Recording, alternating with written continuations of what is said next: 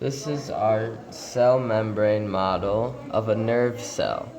I am Khalil, and you will hear from my friend Cam later on. Let us begin. This is the phospholipid bilayer.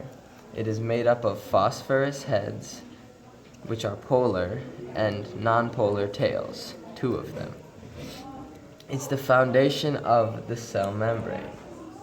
There are three types of receptor proteins inside the phospholipid bilayer.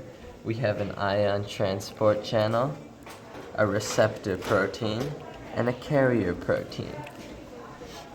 We shall start with the ion transport channel. This is a closed ion transport channel. The transport channel will open up when a signal molecule from the exterior of the cell attaches.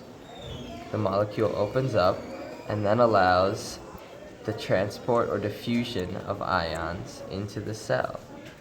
The signal molecule will then detach and the channel will close up again.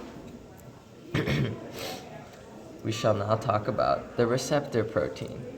The receptor protein is attached with a signal molecule, much like the ion transport channel, but then this sends a message to the intermediate protein attached to the receptor protein.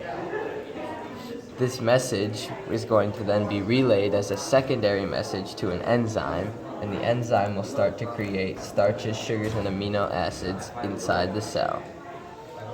Our third protein is called the carrier protein. This allows the transport of larger molecules such as glucose. The channel will be on the exterior part of the phospholipid bilayer, and the ions such as glucose will come into the carrier protein.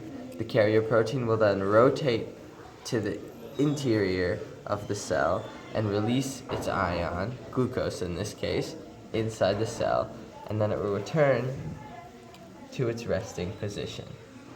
Go. Cell surface markers identify the cell. They are attached to a carbohydrate on the cell's surface. Cholesterol is a substance in the cell or in the lipid bilayer that supports it. This is the sodium-potassium pump. It transports 3 sodium ions out of the cell while bringing in 2 potassium ions. Passive diffusion is when a substance moves from a high concentration gradient to a lower one, requiring no energy. For example, oxygen and carbon dioxide passively diffuses through the cell because they are both small nonpolar molecules.